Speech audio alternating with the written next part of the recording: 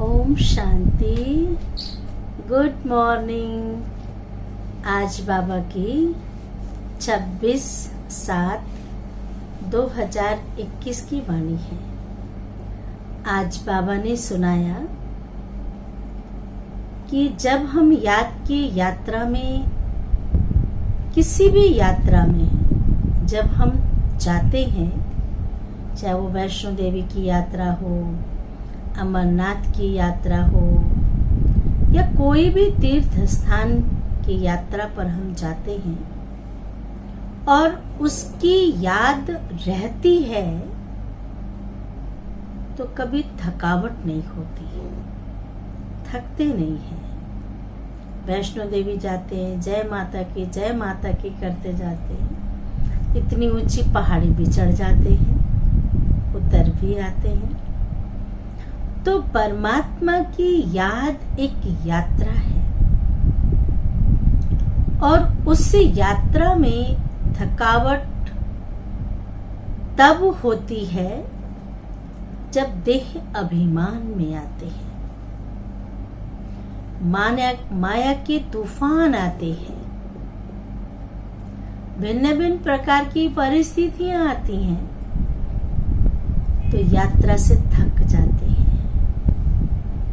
अगर आत्म अभिमानी रहे, देही अभिमानी रहे, उसकी याद में रहे तो कभी थकावट नहीं होगी, हल्के रहेंगे, उड़ते रहेंगे और दूसरों को भी उड़ाते रहेंगे। फिर बाबा ने एक प्रश्न पूछा कि कई बार हम ज्ञान में चलते हैं, इस मार्ग पे चलते हैं क्योंकि ये सत्य मार्ग है, और चलते चलते कुछ ऐसे संस्कार जो हमारे सामने आते हैं और वो संस्कार हमें 21 जन्मों की जो राजाई लेनी है, मिलनी है, उस राजाई से वंचित कर देते हैं। वो संस्कार क्या है? बाबा ने कहा है तो वो अच्छा संस्कार नहीं, अच्छी आदत नहीं। किसी किसी की आदत होती है रूठने की, बात बात में रूठ जाते हैं, चाहे वो छोटी बात हो या बड़ी बात हो। रूठना तो जैसे उनका कर्तव्य बन गया है। ना केवल उस व्यक्ति से रूठते, बल्कि वो पढ़ाई से भी रूठ जाते हैं। क्लास करना छोड़ देंगे, मुरली सुनना पसंद नहीं करेंगे, सेंटर पे आना पसंद नहीं करेंगे, बाप से भी रूठ जाते हैं, भगवान से भी रूठ जाते हैं। अब आप सोचिए कि जो भगवान से रूठ गया वो कहाँ जाएगा? एक बार जब रामेश्वर पुल बंद रहा था तो सब ने अपने अपने पत्थर डाले। एक गिलहरी थी, उसने भी पुल बांधने के लिए, पुल बनाने के लिए उसने भी अपनी पत्थर डाली। जो कहते हैं रामचंद्र जी बड़े खुश हुए, उसके पीठ पे हाथ फेरा तो गिलहरी के पीठ पे निशान होते हैं। फिर सबने कहा श्री राम जी को कि आप भी इसमें पत्थर डालिए। तो जब श्री रामचंद्र जी ने पत्थर डाला तो वो पत्थर डूब गया। सबने सोचा कि सबके पत्थर तैर रहे थे क्योंकि वो श्री राम के नाम से डाल रहे थे। लेकिन जब स्वयं भगवान ने अपने हाथ से उस समुद्र में पत्थर छोड़ा तो वो पत्थर डूब गया। आश्चर्य लगा। पूछा गया, हम सब ने आपके नाम से डाला तो भी पत्थर तैरता रहा, आपने पत्थर डाल दिया तो वो डूब गया। तो किसी ने कहा, आज हम राम के नाम से तो कार्य कर रहे हैं, राम को साथी बना के कर रहे हैं, भगवान को साथ रख करके कर रहे हैं, और जिस राम ने ही उसका हाथ छोड़ दिया वो तो डूबेगा ही ना। तो श्री राम ने पत्थर छोड़ दिया, वो डूब गया, और जिसने साथ रखा वो तैरता रहा। ऐसे ही देखकर रावण ने भी कहा, मैं भी पत्थर डालूंगा और वो पत्थर डूबेगा नहीं। तो कहा ठीक है। तो रावण ने जब पत्थर डाला तो वो पत्थर तैरता रहा, क्योंकि पत्थर वो तैर रहा था जो श्री राम के नाम से डाल रहे थे, उसका पत्थर तैरता रहा। तो रात को मंदोदरी ने पूछा कि तुम तो राम को मानते नहीं हो, लेकिन तुम्हारा पत्थर कैसे तैरने लग गया? रावण ने बहुत सुंदर जवाब दिया कि मैं मानता नहीं हूं, लेकिन मैंने कसम दी थी, राम की कसम दी थी, ये राम की कसम, ये पत्थर डूबनी नहीं चाहिए, इसलिए वो पत्थर डूबा नहीं। डायरेक्ट या इनडायरेक्ट, जब हम ईश्वर का हाथ पकड़ कर रखते हैं, उसके नाम को याद करते हैं, उसके कर्तव्य को याद करते हैं, तो कभी रूठना, नाराज होना, निराश होना, उदास होना, परेशान होना, ये सब खत्म हो जाता है, क्योंकि उसके साथ भगवान है, उसके साथ राम है, भगवान ने हाथ पकड़ा है। जब देह अभिमान आता है तो उल्टा नशा चढ़ जाता है। जब देही अभिमानी होते हैं तो ईश्वरीय नशा चढ़ता है, और ईश्वरीय नशा कभी हमें रूठने नहीं देगा, कभी हमें परेशान नहीं होने देगा। इसलिए दुनिया में भी लोग जब परेशान होते हैं तो नशा करते हैं, किसी न किसी प्रकार का, चाहे वो शराब पिए, चाहे बीड़ी सिगरेट पिए, कुछ न कुछ नशा करते हैं। उस समय के लिए, कुछ क्षण के लिए उस गम को भूल जाते हैं, उस परेशानी को भूल जाते हैं, उस विपदा को भूल जाते हैं। लेकिन परमात्मा ने कहा कि जब ये नशा हो कि मेरे साथ सर्वशक्तिवान भगवान है, पांडवों को नशा था मेरे साथ भगवान है, मेरी हार हो नहीं सकती, इतना विश्वास था भगवान पर,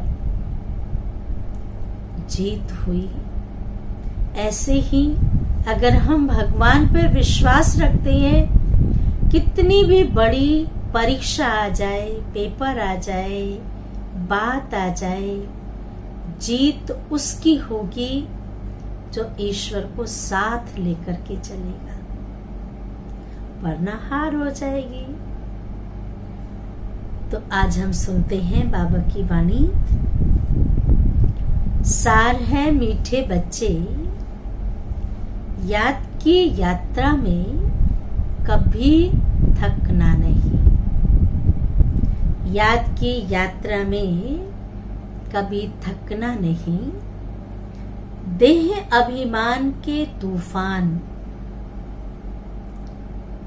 थकाते हैं, देहाभिमान के तूफान थकाते हैं।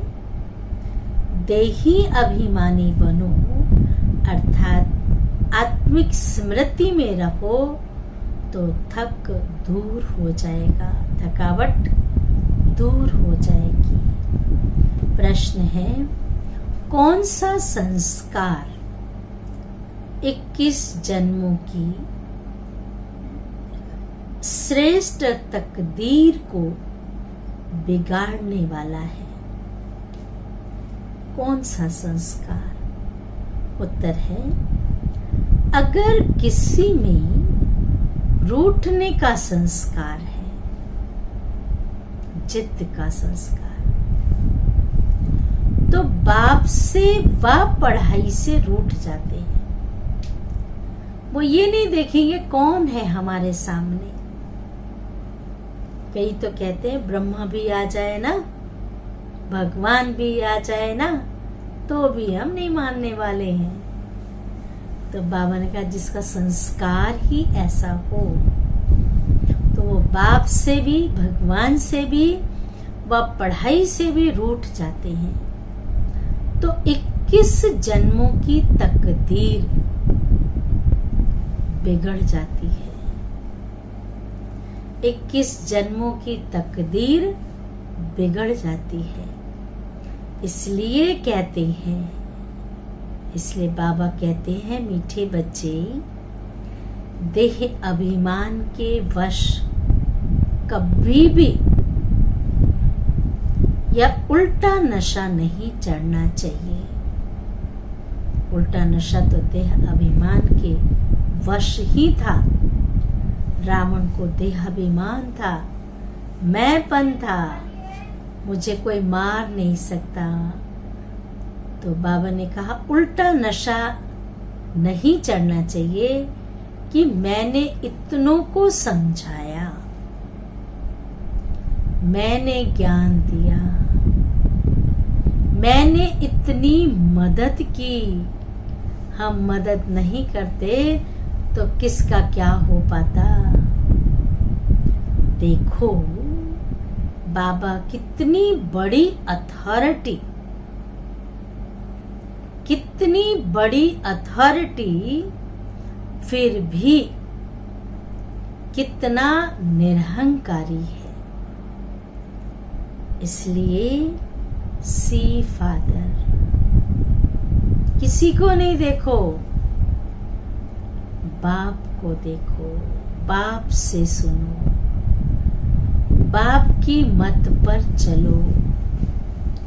गीत है, गीत भी बहुत सुंदर है।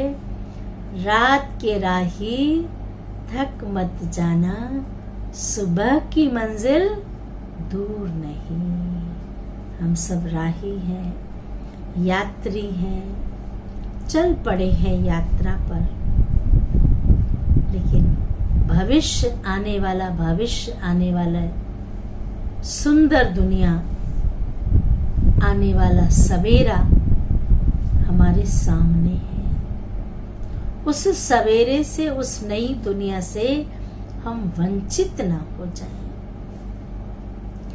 धारणा के लिए मुख्य सार है, पहली पॉइंट, विजय माला में पिरोने के लिए, विजय माला में पिरोने के लिए इस शरीर से डिटैच होने का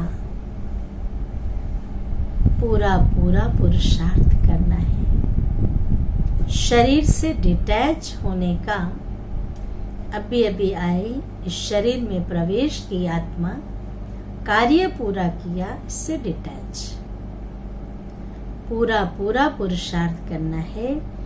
देह अभिमान को छोड़ते जाना है। इस दुनिया को बुद्धि से भूलना है, याद नहीं करना। वैसे नहीं छोड़ना है, लेकिन बुद्धि से भूलना है। दूसरी पॉइंट है, टू मच। कोई भी कहते ना, हर चीज के अति के बाद अंत होता है। टू मच धन की लालच में नहीं जाना है। आज है, आज मैं हूं, कल खत्म हो जाएगा। सिकंदर इतना बड़ा सम्राट, बहुत धन, राजा, क्या लेकर के गए? कहते हैं खाली हाथ आए हैं, खाली हाथ जाना है। वास्तव में तो ये हमारा हाथ भी शमशान तक ही जाता है, और कई ऐसे हैं जो शमशान तक भी नहीं जाते।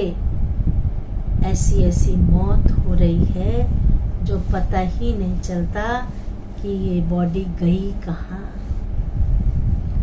तो बाबा ने कहा टू मच धन के लालच में नहीं जाना है। बाप की याद के सिवाय दूसरा कोई चिंतन ना रहे।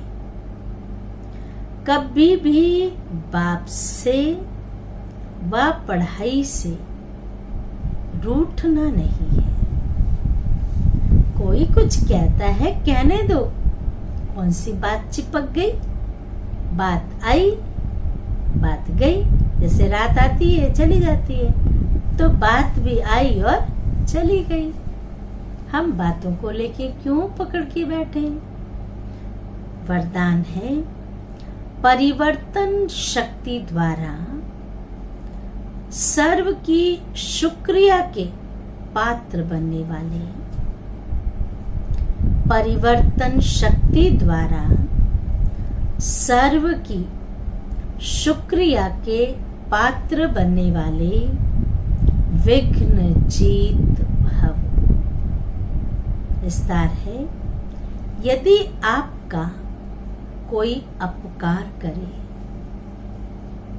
तो आप क्या करेंगे?